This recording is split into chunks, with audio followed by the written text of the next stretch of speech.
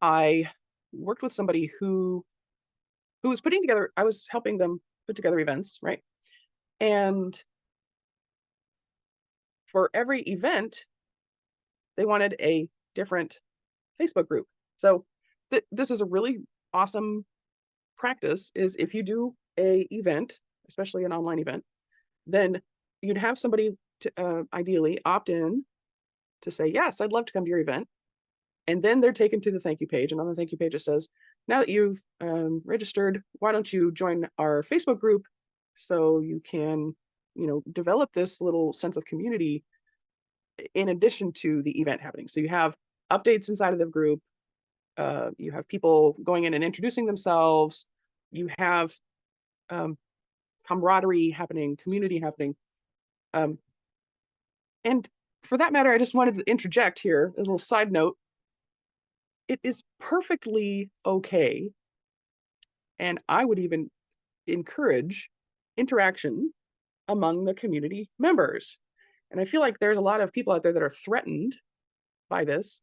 And so they're like, well, you can't, don't, they're trying to discourage people from making connections inside of the group because they want everybody to be focused on them. All eyes on me. Stop talking in the back there. Just look at me, right? I'm the coach here. I'm the teacher. I'm the guru. Just ignore the other people in the room and just talk and just look at me directly. And don't even talk to me. Just listen to me. Just be a complete receptacle, 100% recipient. Don't have any input or feedback of your own. Don't have any opinion of your own. So that's like that's one extreme of some of these gurus. And I, I I think that there should be interaction inside of the group because you're fostering that sense of community. You're giving them value without having to personally give them value.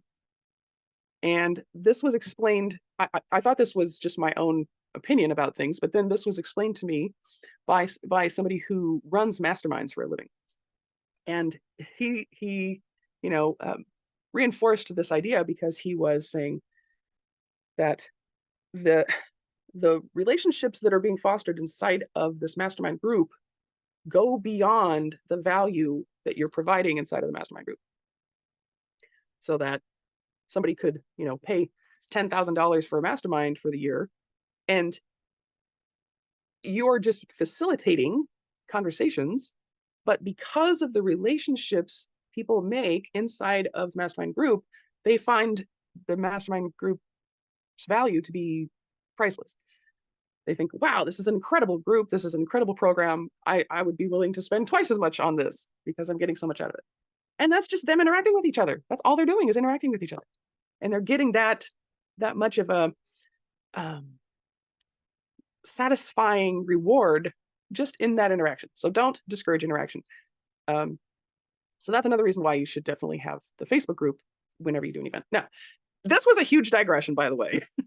So let me go back to the previous thought, which was the person I was working with thought that every single event should have its own Facebook group because their reasoning behind it was, well, this person is opting in for this. So if I turn around and try to push them into this, then there's going to be uh, resistance there. So there's that school of thought is if you have an event about this topic and you create a group for that, and then you have an event about this topic and create a group for that. Okay, so that's one mode of thought when it comes to these marketing these things. And then the other mode of thought is you should always be sending them into one central group, one bigger, grander group that encompasses all of these topics, but they're still inside of this bigger group. And my thought is you're so they're opting into your Facebook group, but it's your group. It's your prerogative. It's your prerogative to interject other topics inside of this Facebook group that you're building.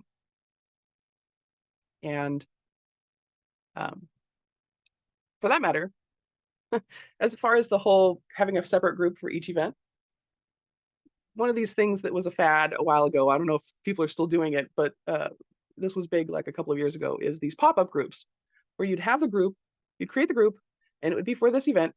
And then after like 72 hours, they would just delete the group. And my first thought was, wow, you are just flushing money down the drain because you're spending advertising money to get people into the group, and then you're trying to cultivate this short version of relationship building over the course of a very short amount of time for during your event, and then all of a sudden you want everybody to just buy. And unfortunately, that's not how people work. It's more like you put them all inside of this group, this container. You're creating this container where these people are, interacting, and they're going to buy when they're damn good and ready to buy. So it's like, watching popcorn pop or something. So to say that you have to make a certain action within the 72-hour period and that all goes away, you're shooting yourself in the foot, because at any given point in time, only a certain percentage of people is going to be ready to buy right now. And that's why you want that Facebook group. You want it to have a lifespan, because the longer you hold that container open, the more likely there's going to be these, late adapters and stragglers to start, saying, oh, you know what, maybe I should go buy into this program because, I've been struggling all this time, and I'm finally fed up with it. So I'm going to try your program.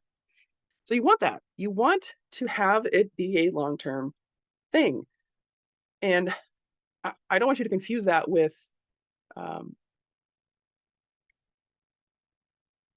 it's not, you're not playing the long game. You're just retaining more people because, have you ever heard the fortune is in the follow-up?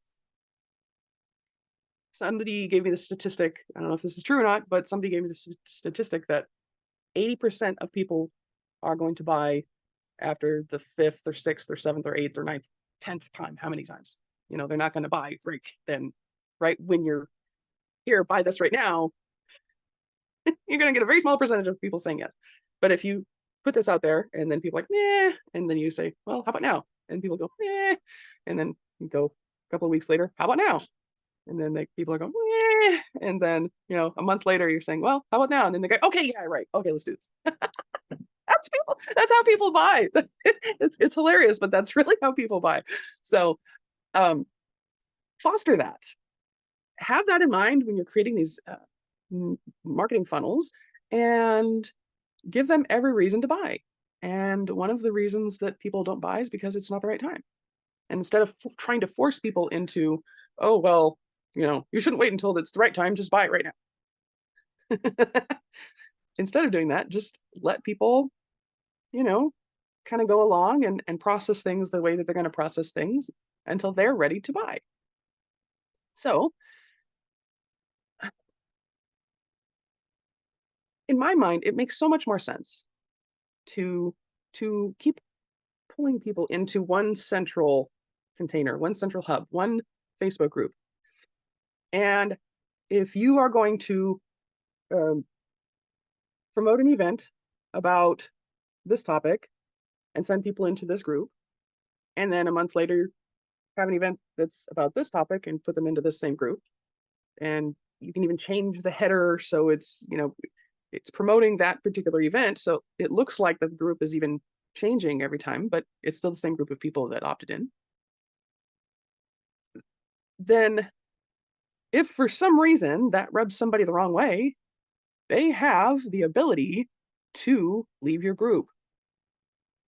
But don't be afraid of that small percentage that's going to say, screw this, I'm out. And don't allow that very small percentage to control how you are creating this community. In fact, after the person I was uh, helping promote these events for um, had that idea that they needed to separate each event, uh, I got feedback from somebody who attended the event, and that was, well, it just seems like every single time they run an event, you're going to a different place, and you're over here, you're over there, you have like 15 different groups. I'm so confused, I just gave up. So then you have that type of person that you have to cater to, right? So You're also doing people a disservice by not having them all go to a bigger group, because when people join this Facebook group over here that is for XYZ Summit, right? Okay, so your event is XYZ Summit. You're promoting it. People are opting in. People are going to the XYZ Summit Facebook group. Now that event is over. And now you have this group over here that you're not cultivating. You're not creating any sense of community. They're missing out on your future events because they're completely disconnected. If you have one central place, then the communication is a lot more effective, for one. You're creating a bigger community, and you're creating more interaction. And this one little isolated group over here kind of just falls through the cracks because the event is over. There's no real reason to go back into that group and post anything or interact with anybody. So the people are just sitting there bewildered and going, well, I'm in this group. What's next? And they're probably just going to opt out of the group because nothing's going on. So it's actually helping them for you to create this bigger group that might not be completely on topic with XYZ Summit, because you have ABC Summit starting in 2 months. But take a look at what some of the bigger people out there are doing. You know, Tony Robbins, Dean Graziosi. There's a lot of other bigger gurus out there, right? But they're all doing the same thing. If you have joined any of their Facebook groups, they're in like the tens of thousands or hundreds of thousands. It's because they keep bringing people in to this one central place. And they might change the Facebook group from, the XYZ Summit group to the ABC Summit group to the My Coaching Program group, and they keep changing the name of the group. Have you noticed that? And so that the name of the group is relevant to these events, but it's constantly evolving.